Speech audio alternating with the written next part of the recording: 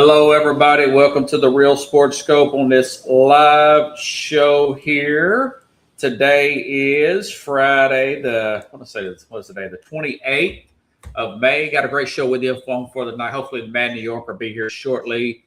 Also, let me give a shout out real quick at the very beginning, so I do not forget. My Uber and rideshare drivers from the Uber and Lyft's app. And I'm trying to make sure I've got my notes here. All right. My man Brady, my guy Brady and his family going to Jacksonville. Brady is from here in Nashville. He's a big Nashville SC star. That's our local soccer team. Got season tickets. Hey, Brady, I appreciate that tip. That made my day, man. Greatly appreciate it. Welcome on the program. Just like I told you in the car earlier today. And also my man Chuck, my guy Chuck from LA. Chuck is a riot, very good personality, big boxing fan. Chuck, appreciate you subscribing to the channel. Also appreciate the tip, Chuck. Very good character. Love to have you on the show. Funny mother effer, to say the least, my man Chuck here. Okay. There's been new rule changes that were voted on today in the NBA tanking issue. I like it. I'm going to go over with the Mad New Yorker. The Knicks are in the finals. The Knicks have an injury, and I hate to break that to Carlos, but there's an injury there with Mitchell Robertson and a pinky. So we'll talk about that here in just a little bit. But first, stand by. We'll take our first and only break. We'll be back here momentarily and hit the ground running here on the Real Sports Scope. Hello, Sports Scope followers. The program has seen tremendous growth since going 5 days a week. I just wanted to thank everybody for your cash contributions and sharing the program with friends and families. Just a reminder, if you want to contribute to the program, go to the Cash App, the cash sign, and Sports Scope. There are other ways to contribute to the program listed at the bottom of the screen. If you want to advertise on the program, go to sports, that is sports with an S, another S, scope, SKOPE, at gmail.com, just like it's listed at the bottom of the screen. Thank you and enjoy the program.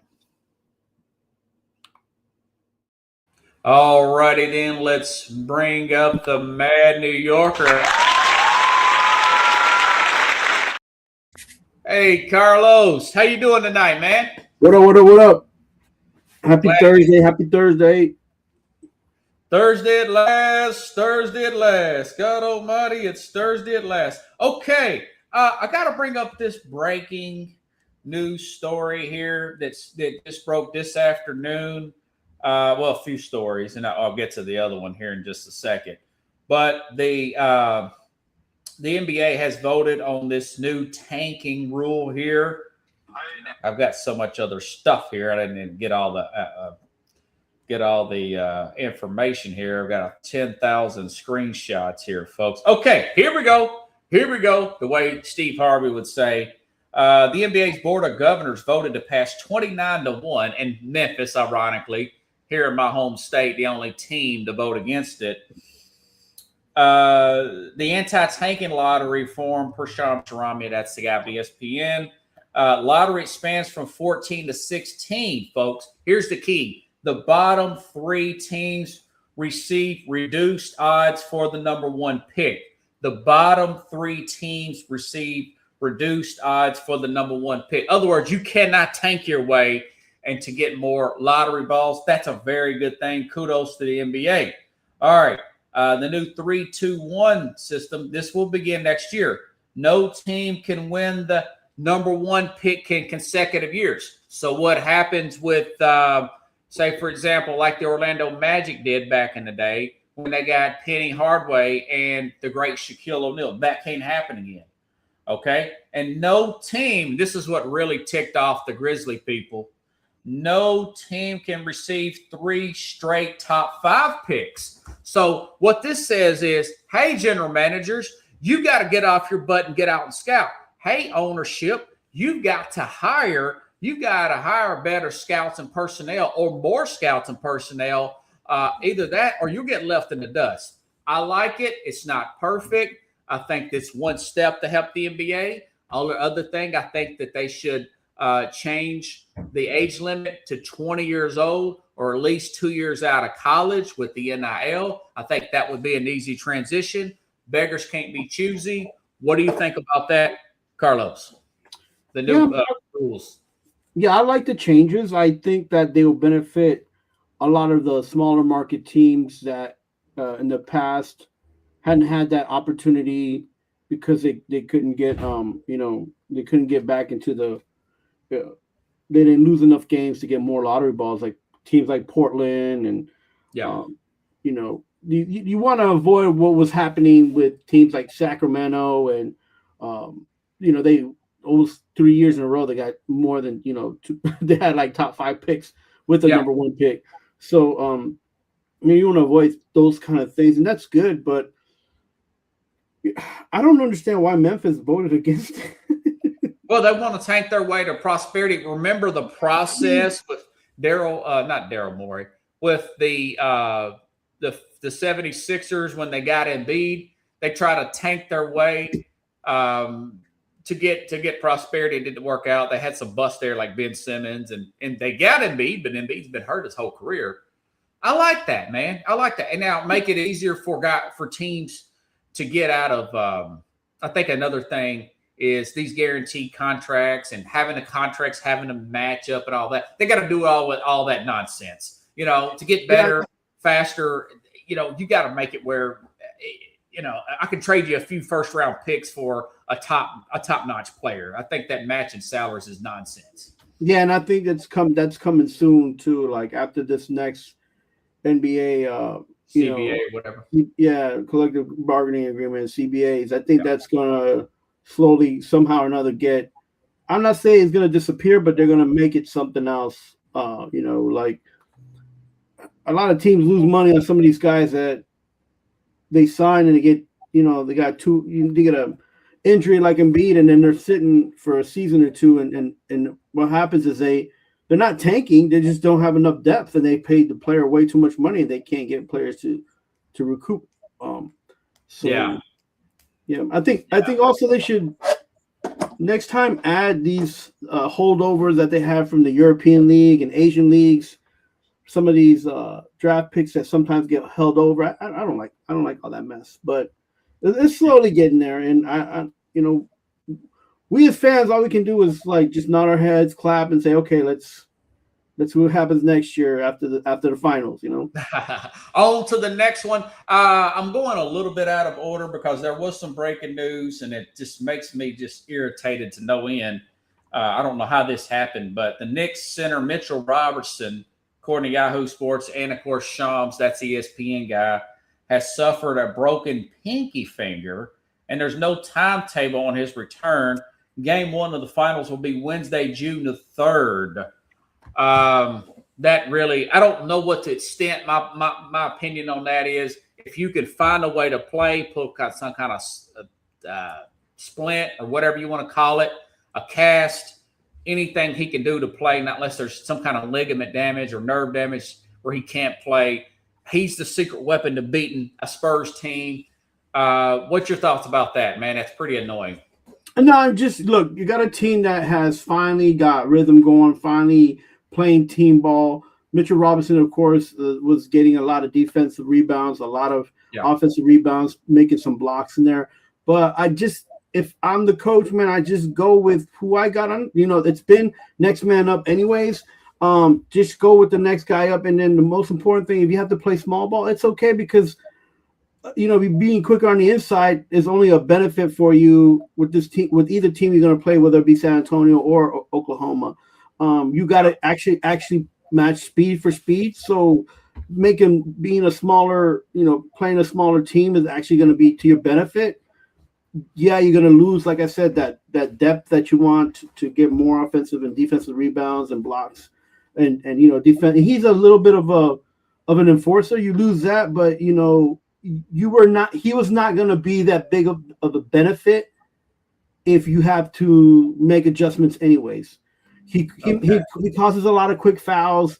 You know, But sometimes you don't he's think that his defensive presence is that important, or no, are I'm you not just saying it's thinking not that. What I'm offensive saying is that difference? there are enough players on that team throughout the season that have been able to step up. They've been able to play without key players due to injuries, and this is part of what their mentality has changed, right? The mentality on that team now is next man up, and they can just go forward, and they're gonna miss part of what he brings to a game, but they can make adjustments, and the adjustments that they need to make anyway were to get smaller and faster, because the teams that they're going to play are going to be running teams. So Okay. Now, the Knicks have made it to the finals first time since 1999. Is they've played so good. They've played at an astronomical level. They're playing at such a high level. At this point, would it be a disappointment if they lose the finals to an OKC or a San Antonio Spurs? if you live in New York and you bleed blue and orange, yes. If you're not from New York and you don't care, no. Here's the thing: the West has been more in the last 10 years. They've been More dominant conference. more of a better conference than the East Side, and they've been a little bit more shooter happy. They've been a little bit more like finishing games better off than some of these Eastern teams. Remember, Boston got lucky with the championship by a final shot there. So I mean, and not to take away from their championship, but you know, so I'm not sure how much luck we got coming out from this on this side here in New York, but everything's been hard work and greediness, and that's how New York's like. You know, that's how they live their life, and that's why this team means a lot to them. But I'm trying to be a realist and not just a fanboy, and I just say this: whoever comes out of the West is going to give them issues. And they've had issues with both teams this year. They didn't have an issue winning the interleague championship, but it's not the same thing. And we can't just think in our heads because we beat these teams in front of us that was enough to make that team more competitive and ready to play these either of the two teams that will come out of the West in Oklahoma or San Antonio. We just got to be real about it. It's just a different basketball, different approach, and the Knicks haven't played any teams like OKC or San Antonio in this playoffs. They just haven't. Yeah. And just another thing to throw out there, they haven't lost a game in like 31 days or 32 days or something like that. 10 straight, I want to say. And you know something, I'm with you. I said it before the season started. It'd be great to make that next step to get to the finals, but they're playing so well. It would just be a major disappointment. I mean, that game, that series, I didn't think much of the 99 series. I thought it was a rushed season. It felt kind of like an asterisk. It felt like the COVID year a little bit because they had the lockout. But 94 was the big one. You know, a lot of talk about the OJ chase that and the OJ stuff. But, you know, I was really disappointed because if you look at the Knicks, people that are our age and older, they gave everything they got to beat the Bulls. And then Jordan finally leaves, and you think, okay, this is it. Because mind you, the Rockets were not in the finals prior to that. They beat Portland, they beat the Suns. I'm talking about the Bulls now. Here, you know. And it was not the Rockets that they had to go through to get there. It's very unfortunate to beat the Lakers. The Rockets just kind of come up out of nowhere there with Keem, of course, who was actually picked over Jordan. Going back to that, but Robert Ory, man, we don't give props to Sam Cassell and Robert Ory. Big shot, Bob, who's got about 6 or 7 rings through 3 different teams. So I would be really disappointed. I'd like to see it like my man Chuck, who was Uber ride the other day. It would be good for the league if the Knicks win. You know, their fans are into it. The league likes it. I would like to see them win. They've got celebrities, but they're not pompous type of. They're not Lakers-like celebrities. I like your Ben Stillers of the world, and you know the Spike Lees and whatnot. Even Steve Sharippa, who's not an A-list guy, but He was on the hit show Sopranos. He's a huge Knicks fan. I just think it'd be good. I think it'd be good for the league. And you know what? But it'd be a major disappointment because you don't know if you're going to get back. They're actually an older team, man. If you look at Brunson, you look at Carl Anthony, they're older than the Thunder, and they're way older than the Spurs. They're old enough to be the Spurs' dad, but that's a different story. Which was my argument, even when they had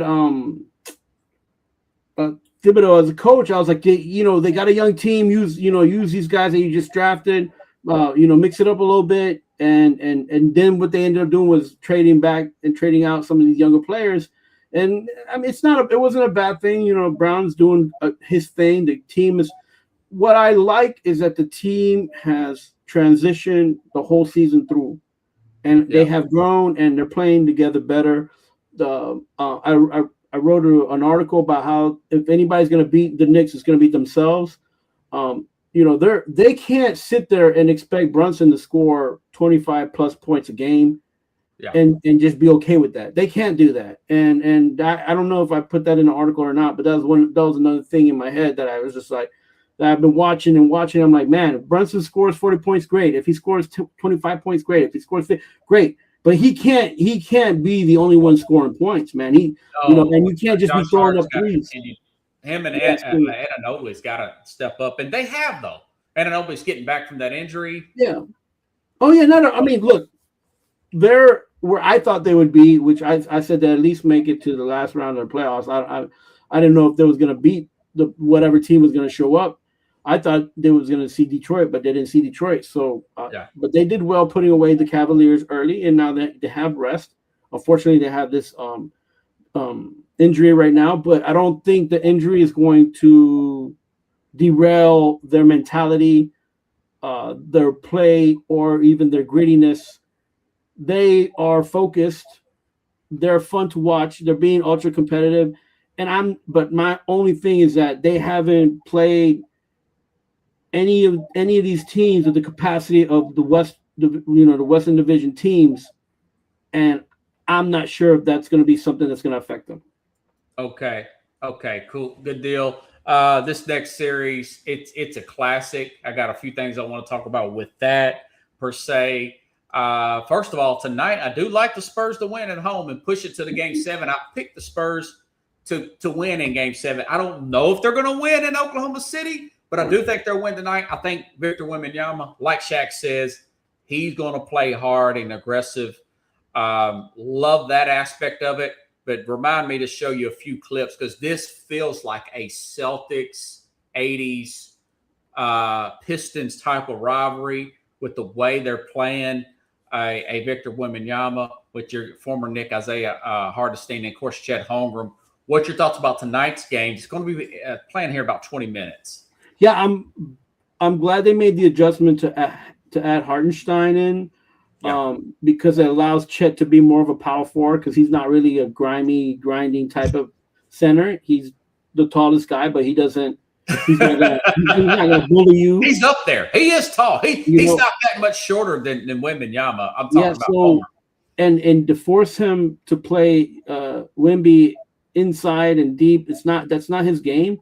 But Hartenstein, he will play anybody anybody taller than him or shorter than him. He don't care. So that was a good thing for a good addition, and it's changed the game. Now you have two big guys, and San Antonio only has one big guy who can score and bully you. So it's made it interesting. I still do think that San Antonio is deeper than OKC. Okay. I don't like that. SGA is like a light switch. You flip him on, you flip him off. It's like he's on, he's on, he's on, he's off, he's on, he's off. And I don't like that inconsistency from him as much as he's an MVP and he kind of turns it on sometimes in the third quarter. Yeah. But if the OKC wants to win this series, they need to be on the whole game through. He can't just be in and out of the game. And a lot of people say that he's the best player they've seen play and deserves the MVP. And I'm kind of with that. I'm not gonna jump on that train yet. He didn't take over a game until towards the end, and I don't. That's what I don't like. So where Jordan and Giannis and some of these guys and Yeah. Kobe, they would just third quarter came in. It's like we're gonna score, and it wasn't. You saw that they was gonna get the ball, or they put the ball in the basket, or they'll give you the ball to put in the basket. And SGA he flirts a lot sometimes with I don't think he has defined his role yet as far as he's going to be the man and he's going to take control of the whole game. Like you can even Tatum does that. Tatum will be like, you know what? I'm taking control of this game, and because as much as he's humble, There's he's been criticisms that Tatum will not take over. That's more Jaylen Brown late in games when he's not trying to get to the rim. Well, when they won the championship, it was Tatum who like took over the game. Like, yeah, that's true. Okay, you know, but he just I think he does that whole Tatum. You know, should I give the ball to Brown? Should like that Tatum that didn't win the championship. right. You need you're an MVP candidate. You're an MVP winner, 2-time winner. You need to be. Your team needs to be. You are the team, and you need to make sure that you're controlling as much as you can, as at both ends of the basketball court. Yeah. Let me read you an interesting stat I got off Get Up this morning about SGA. If they win tonight, or if they win in Game 7, I think it'll be on Saturday. Players who've got NBA, listen to this closely, folks. This is a mouthful. They've got MVPs and finals appearances, NBA regular season MVPs and finals appearances in consecutive seasons. This is a rarefied group here that if they win, this is the class that SGA will be in. Steph Curry from 14-15 to 15-16. LeBron James from 2011 to 2012, 2012-13. Michael Jordan, 90, 91, and 91, 92. Larry Bird, 83, 84, 85, 86. And Bill Russell, 1960, 61, 62. Only one I would put even close to SGA, I would say Steph Curry. Probably won't get some blowback for this, but I always thought Steph Curry is more like he's a very good player on a great team. Okay. He's the greatest 3-point shooter of all time, but he's not an elite player. I think that's the same thing for SGA as of right now. He's very young still. His resume's still growing. His career's still going. He's a very good player. What do you think about the fact that SGA could be in that class of players I just named if they get back to the finals, which we don't know if that's going to happen or not? But I think we're gonna show our age here, and ageism is going to matter here in this discussion. All good. But this is how basketball has evolved. I'm going to have to accept SGA if he makes that jump. Now, is he a Larry Bird, LeBron James, Steph Curry player? It's not that he has to be those guys. It's that he is that guy in this type of NBA play.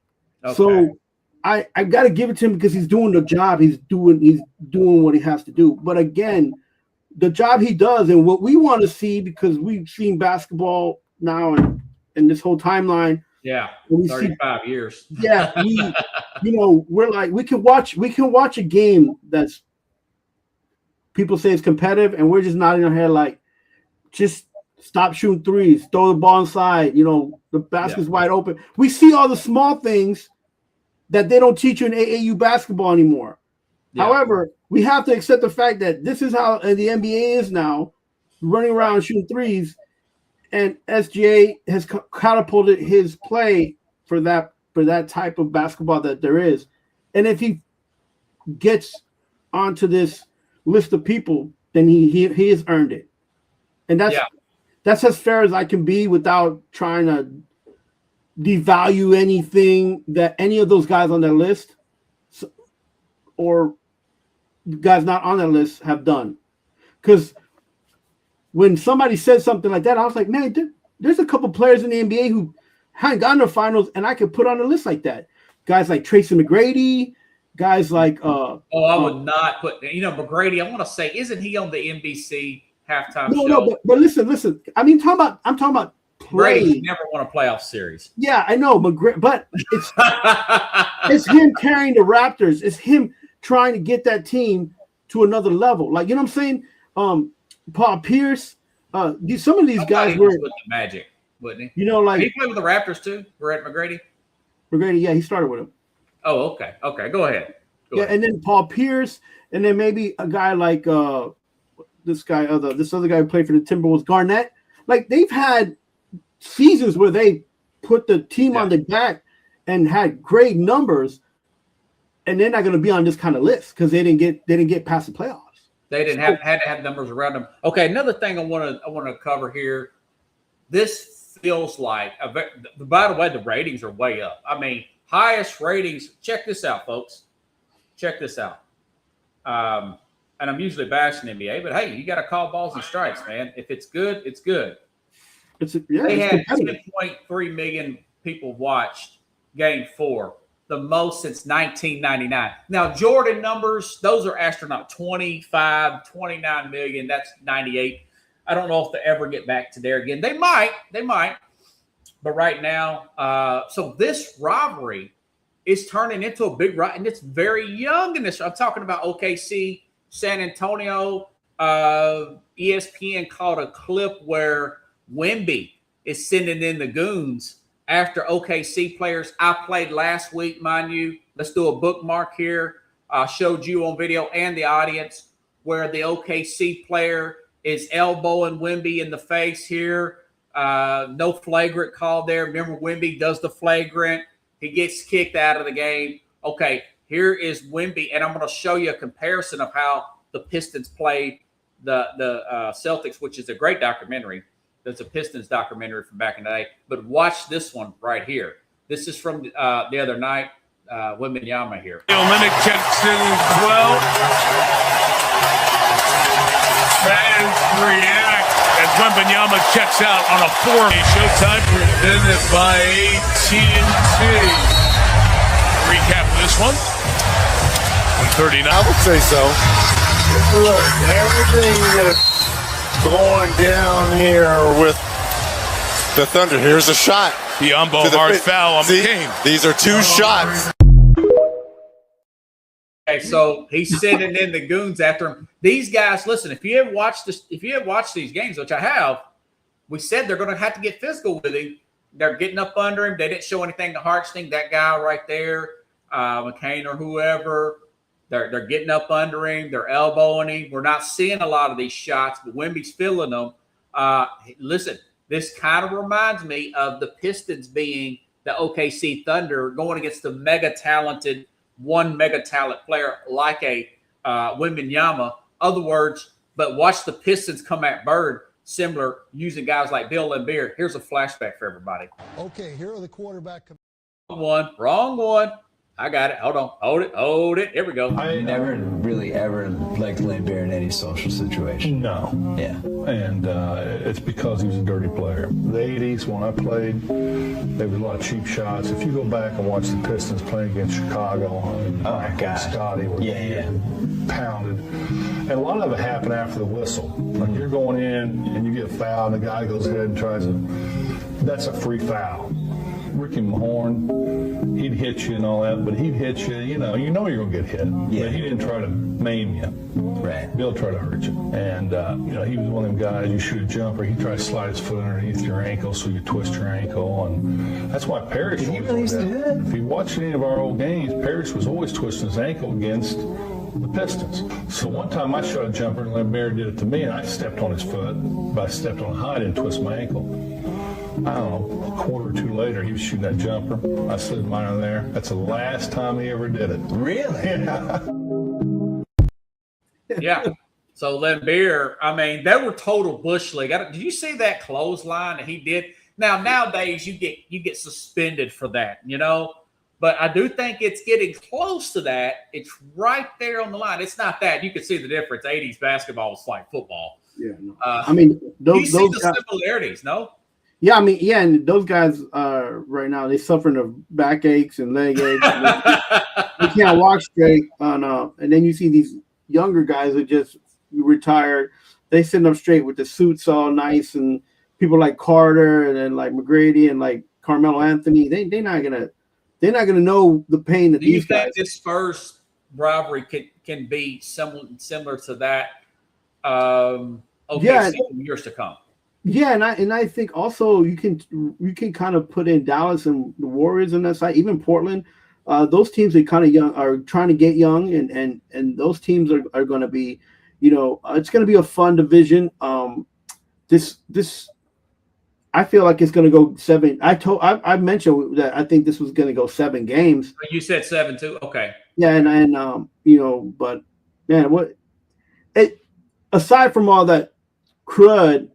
This is, the back and forth. I don't know what it is about the number 10, but it's like after you're up by 10, these teams are like, we can go down by 20 and still catch up. And I'm like, oh my God. You get too complacent when they're down 10. Oh my goodness. And you can't eat while watching these games because you get like gas and that heartburn, man. You're like, what's going to happen next here? The thing is that we both of us, we appreciate basketball. We like the competitiveness. I like that level of competitiveness. So they really care. Yeah. Yeah, and then we're like, I'm sure you're screaming at the coach, like, take that guy out.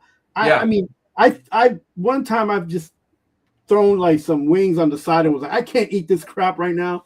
And my wife is like, yo, calm down. And I'm like, do you understand that they're down by 10 points and they just act as if they're down by 5 points? It's like, it's crazy. It's just, but it makes the game interesting. It's different now, Robert. The game is different now, but it's a lot quicker now. It's a lot more pace. It was more half court then.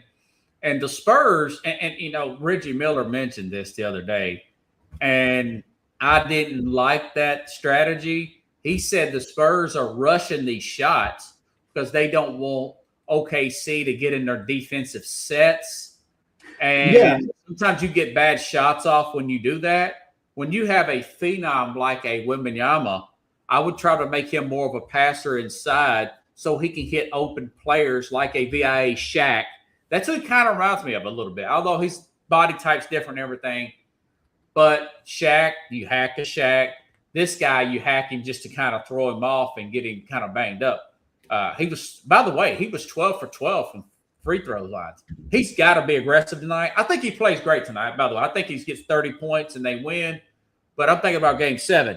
It would really be disappointing if the Spurs lose tonight. But game 7, that's what I'm thinking about. He's going to have to remain aggressive and try to get Hartenstein in foul trouble. If you're Spurs, if you're OKC, you keep playing your game because you got the experience and you got the depth. You got those 2 centers. You got your Hartenstein and your Chet Holmgren. You kind of got like the Tim Duncan, David Robertson thing going there. With the that's right. And once it's Chet Holmgren by himself, you could tell that it takes him a lot. It takes a lot out of him. He gets his mind gets out of the game because he has to play more defense, and then he doesn't shoot. He just passes the ball and he wants it back in. Like it's just I can tell you this: he's not a good center. He's a good player, but he's not a good center, and that's okay. You can be 7 foot and not be a good center, but somebody has to take that role. And Hartenstein is the right guy for that role. It would be great had the Knicks not got rid of him because now that Mitch Robinson is hurt, he would have been perfect to fit right in. Absolutely, man. Absolutely. I almost forgot. Switching gears here. Before we run out of time, which you're doing pretty good on time, to the NFL. Okay, I made a big stink about it. I might be a little old-fashioned, but remember, this time last week, I said Jackson Dart is way too much of a celebrity quarterback. He's doing too much. This was before he came out and introduced the president. Now, listen, it's hard to turn down the president of the United States to be introduced. I understand that. But looking farther into it, he's going to the Met Gala. He's got to be the center of attention. Going to the Kentucky Derby. I found out later that he's dating this social media influencer girlfriend who I think is kind of pushing him to do this sort of thing and get there on the forefront. And they've been air quote dating since October of last year. Ironically, when he first started being the starter there with the New York Giants. Maybe they're getting married and live happily ever after. But My thing is he's distracted. He is a celebrity quarterback, and I want to play this thing for you. And you tell me, is this too much? Or is Bill Parcells, who put this out about 12 years ago, a little bit longer, he says his quarterback commandments. Now, the sound, Carlos, is not, in the audience, it's not very good. But you just listen closely. You'll be able to hear all of it. Listen up. Bill Parcells, I don't think he would approve of this. Okay, here are the quarterback commandments. Number 1, press or TV, agents or advisors, family or wives, friends or relatives, fans or hangers-on.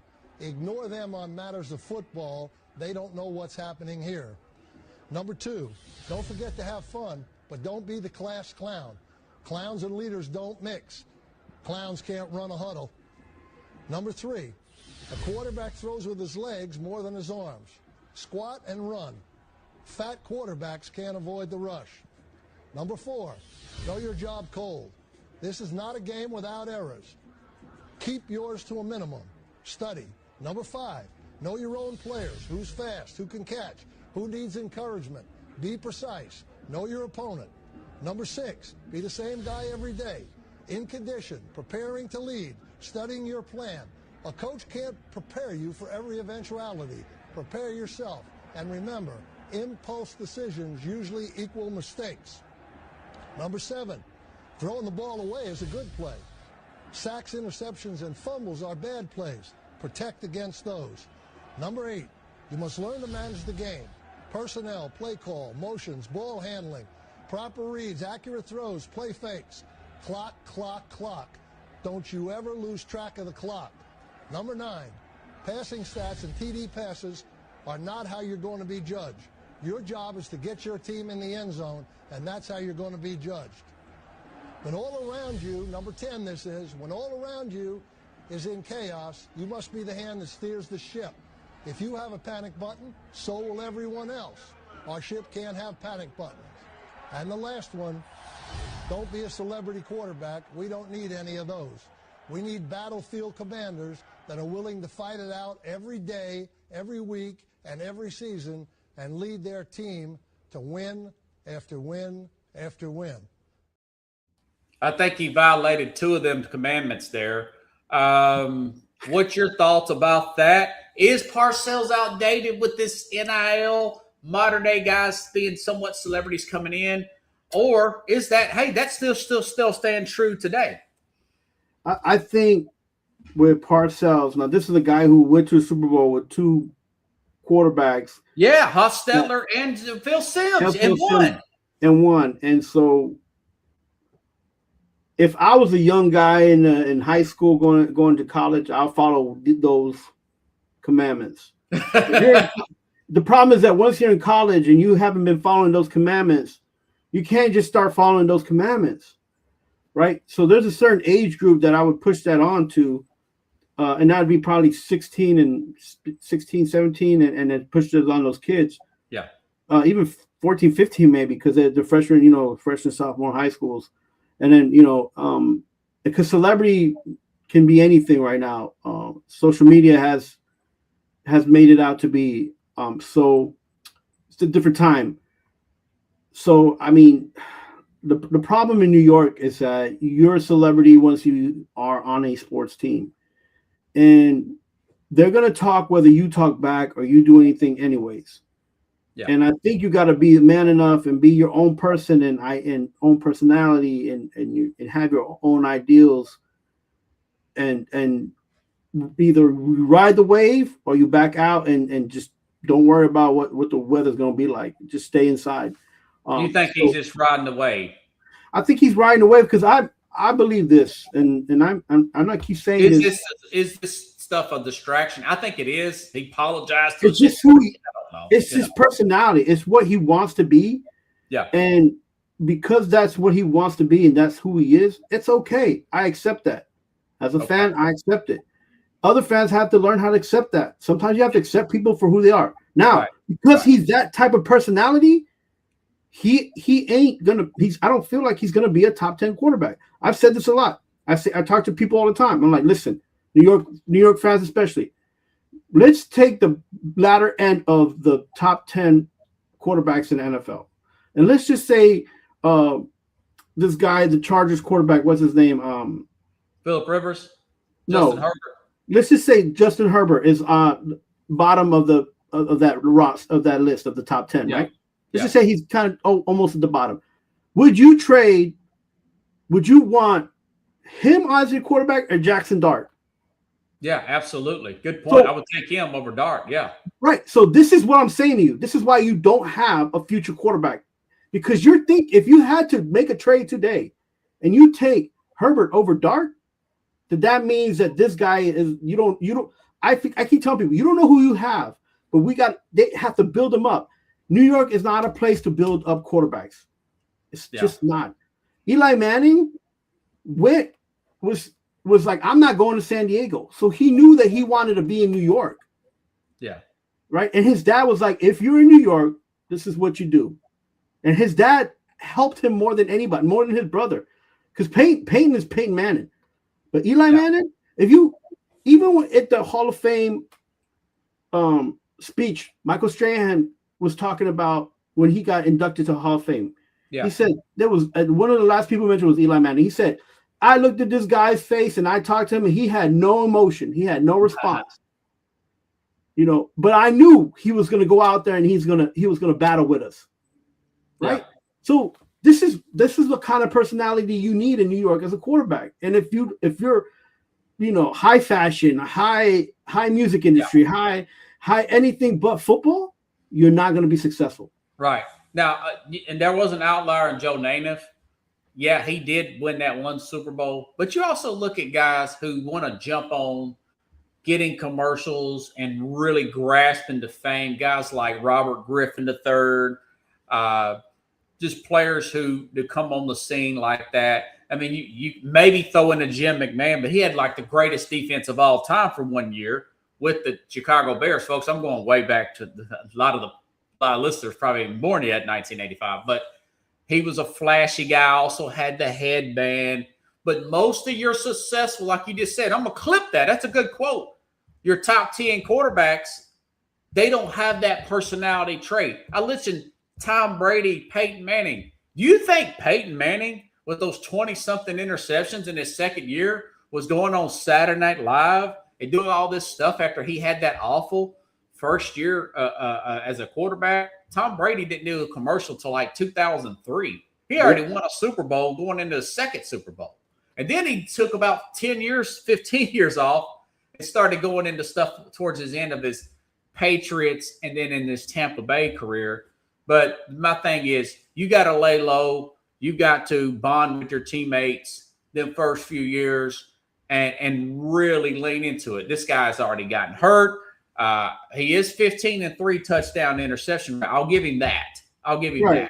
But I mean, I'm like you. I think in the back of your mind, if you're management there, you're thinking we probably gonna have to look for another quarterback in another year or two, depending on this guy's maturity level, which is not good right now. Now, Baker Mayfield bounced back. He was very mature when he came in, calling out people. He did a lot of commercials, thought he was going to be a bust. He rebounded. But for the most part, guys that try to do that, they don't really pan out long term to be very successful. It's okay to have bravado, man. It's okay to be like Ben Roethlisberger did.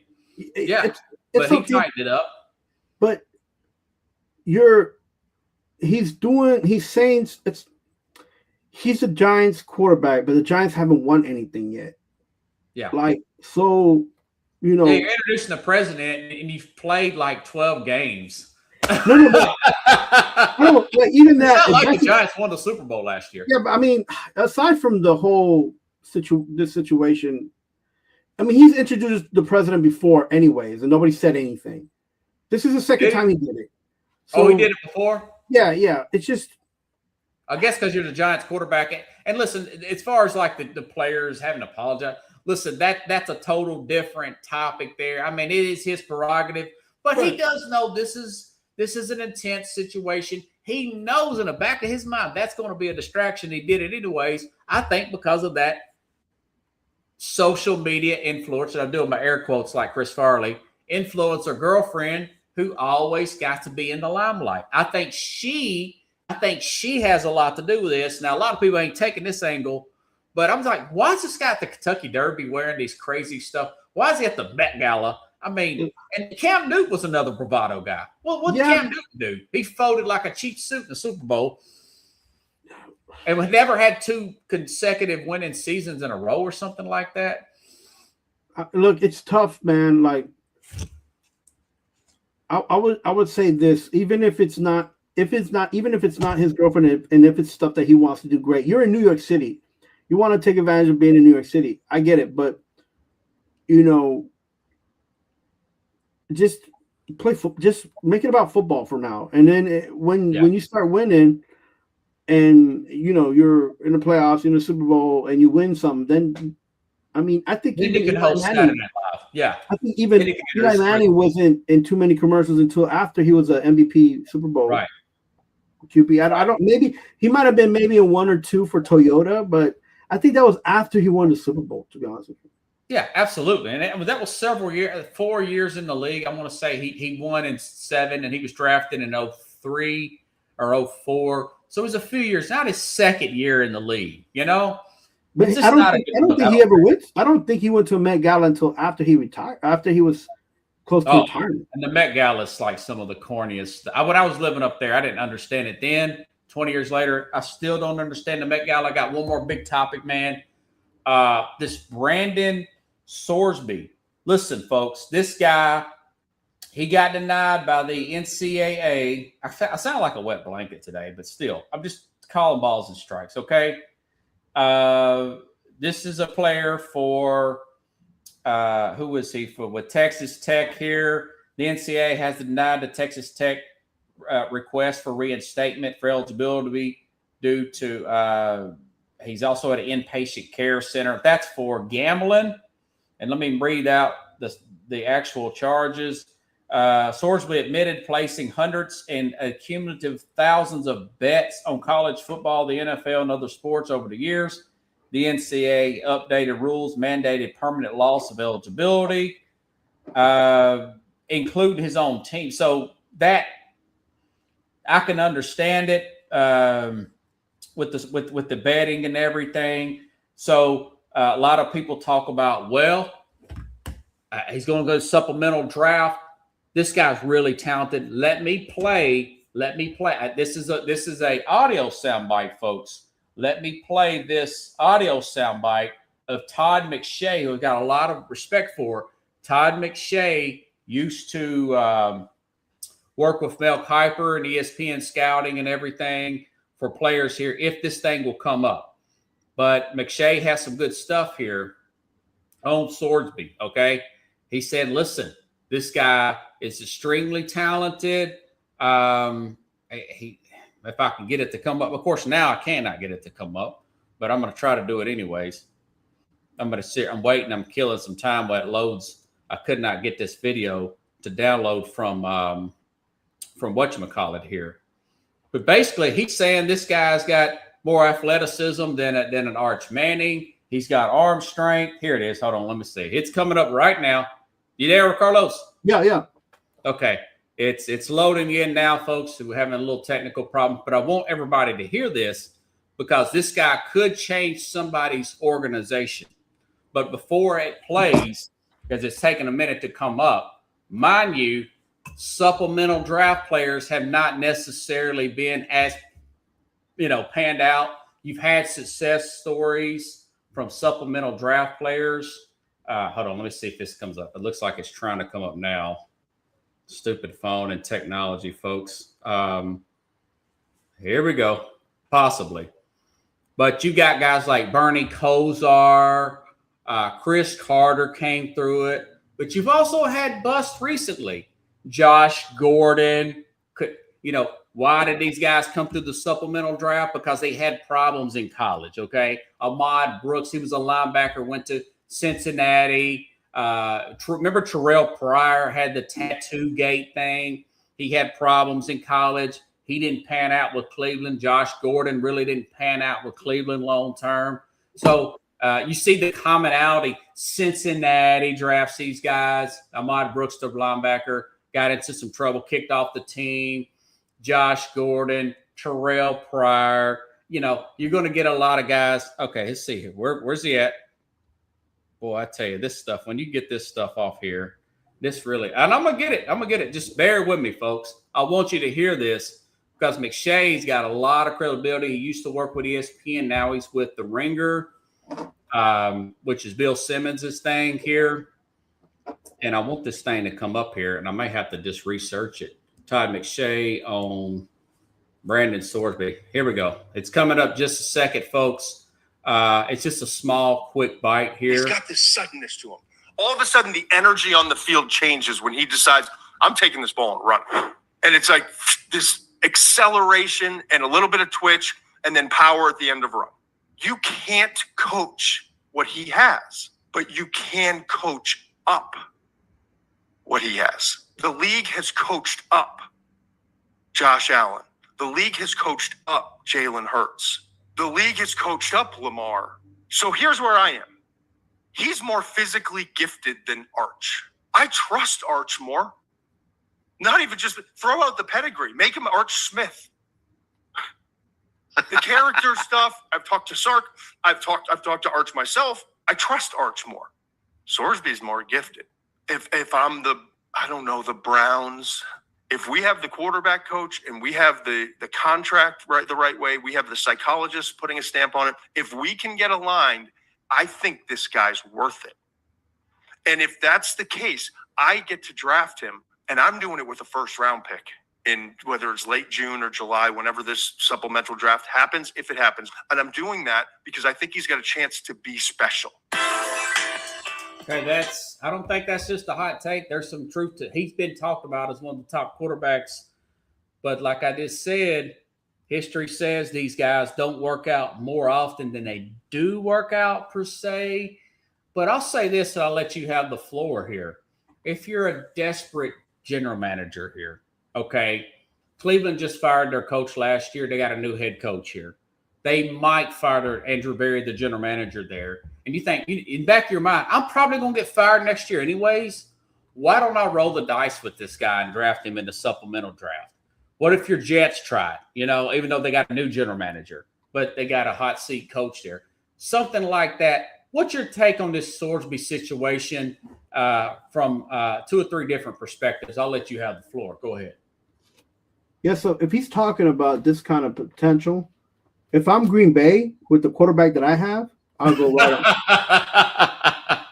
right away. Because this sounds like... Do you spend the first round pick on this guy, a supplemental, which you'll lose it next year if you use it in this supplemental draft? That's why he talked about Arch Manning per se. You go ahead. I'm sorry. Go ahead. Yeah, I mean, and I'll do it because they have coaching staff there. They've always had culture there. And this guy's like a Brett Favre, right? This is what he's saying. He's got that twitch. He's got, arm. He's got a lot of potential in those. Green Bay's a good black hole place to try to have a guy like this. I wouldn't want to see him in New Orleans. Like, look, if this was a top 20 quarterback pick, potential, and you're one of those teams that have a quarterback but need a backup, this is the guy you pick up because once everyone knows there's I think it's 80-something% chance that your quarterback will miss at least 2 games in the season, something like that, something crazy like that. So if I'm one of those type of teams, I get. But if I'm New York, New York don't need to touch him with a 10-foot pole, man. Let this kid go. Which New York? The Jets or the Giants? Both. Just New York isn't a place to develop quarterbacks. Period. No matter who you coach. Stick a guy with a gambling problem in New York City. That's interesting. Maybe stick him in great. I'll tell you what. If he does not go air quote first round in the supplemental draft, and you got a quarterback coach like the head coach of the Green Bay Packers, I'm not really. I'm not going to really reject that idea that you just mentioned. If you take him in a later round in the supplemental draft, he's worth, a roll of the dice there. Maybe he can do out of Jordan Love after sitting. Who's the backup for Justin Herbert? He's going to get an injury or two. Who's the backup? Yeah, and then he's working with. They've got a great offense up there, Yeah. and Or even Daniel and Jim Harbaugh, former quarterback, that can mentor him. Even Detroit, like, your quarterback isn't. He's gonna miss 1 or 2 games. Put him in a place where he can back up somebody but isn't that has a decent culture and developing. You want a quarterback. Now the Eagles like to take big chances, even though they drafted. The Eagles will probably be taking them because they don't. For some reason, they don't trust Jalen Hurts. I talked to an Eagles fan this week, and he says that he would move off Hurts in a year or so because he sees the fact that Hurts is not, taken to these. He's not taken to offenses and everything. He's got his service, and he don't know how well he's going to play without A.J. Brown, who's likely to be traded next week, by the way. Today is the 28th. He's going to be traded here in a few days after June the 1st. That'll be a big topic for next Thursday. Yeah, I wouldn't take him in the first round. That's my whole point.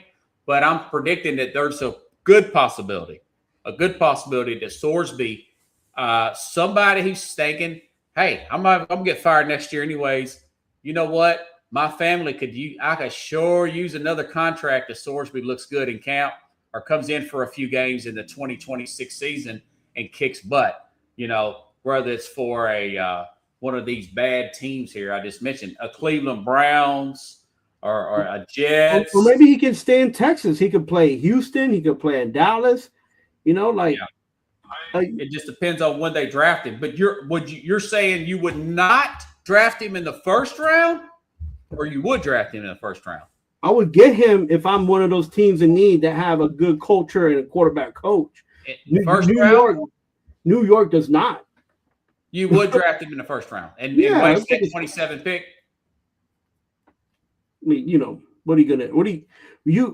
If you're in a team that has a starter and you need a backup, you might as well get somebody who's gonna have those kind of abilities. Great. Okay. So you really trust McShay there. By the way, 27 touchdowns, 5 interceptions last year. The last season he played. Going over his stats real quick. I've seen him play. He kind of reminds me of a Cincinnati. He reminds me of a Brett Favre / this guy from you just mentioned him earlier, the Bucks quarterback. Baker Mayfield. Yeah, he kind of got the. He's a taller player, I want to say, than Mayfield. So yeah, no, but I'm saying like the get up and go, like I'm gonna take off, and like like Brett Favre used to do, and just kind of throw it while he was running, like. Yeah. That changes a game. That's a game changer, right? And so sometimes you need a guy like that. Yeah. Sometimes you feel like a nut. Sometimes you don't. We'll see how it plays out. I mean, Sorsby, that's going to be a story to monitor. If they have one of these supplemental drafts, it's not he can go out next year in next year's draft. That is to be continued. Anything else do you need to plug? We had a great show tonight. I had a family issue. I'm gonna try to get this show put together in the next few days. Okay. But man, it's been tough watching baseball with some of these things that the Yankees and the Mets have been doing. But at least there's one winning team in New York. The Knicks, it's still it's not a sprint, it's a marathon, right? So it's a long marathon. Real quick, R.I.P. Claude Lemieux. NHL player drafted by the Canadiens, won 4 Stanley Cups. Wow. I really dreaded him on the Devils because he made it tough for the Rangers in the playoffs, and he did a really great job for that Colorado Avalanche team. He made that team a special team. He's going to be greatly missed. If you're a hockey fan, you know this guy. And it's just 60 years old, not too old, but I'm glad I got to see him on the glad to see him play, and then also I'm like my condolences to his family and his friends and all those who were a fan of this guy. Also, let me ask you this. I'll get back to you off camera or whatever, but next Wednesday, can you come on next Wednesday instead of next Thursday next Thursday, the CMA Fest is going to be here. I'm going to be driving Uber for that. Going to be a lot of business here. I got to pounce on it, and I'm trying to put back some money here. Could you come on next Wednesday at 8 p.m. Eastern, 7 p.m.? I think that would be possibly the first day of the finals, but the finals don't come on until later on anyways. Let me confirm that with you by the morning, and I don't think that'll be a problem. Thank you, brother. Appreciate it. Another good show. Thank you, Kathy. Thank you, and the Mad New Yorker, everybody. Let's give everybody a big round of applause. What'd you say, Carlos? I'm sorry. Go ahead. Enjoy your games. Enjoy the weekend. It's going to be crazy. Everybody's working towards the weekend. Appreciate you, brother. All right, everybody. I'll be back here. I'll be doing a recorded show on Sunday. And, of course, I'll be back next Wednesday with the Mad New Yorker. Going to be going over some things with him. Probably that A.J. Brown trade is going to be the big one topic. And, of course, the NBA Finals Game 1. We'll know who the opponent will be for the New York Knicks. Have a good weekend, everybody.